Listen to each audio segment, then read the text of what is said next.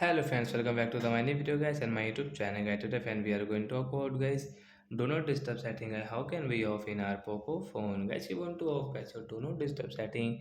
So when you can off it and friends now let's see guys how can we off do not disturb in our Poco phone guys. So before starting video friend first of all go and subscribe the channel guys, click the bell icon, like the video.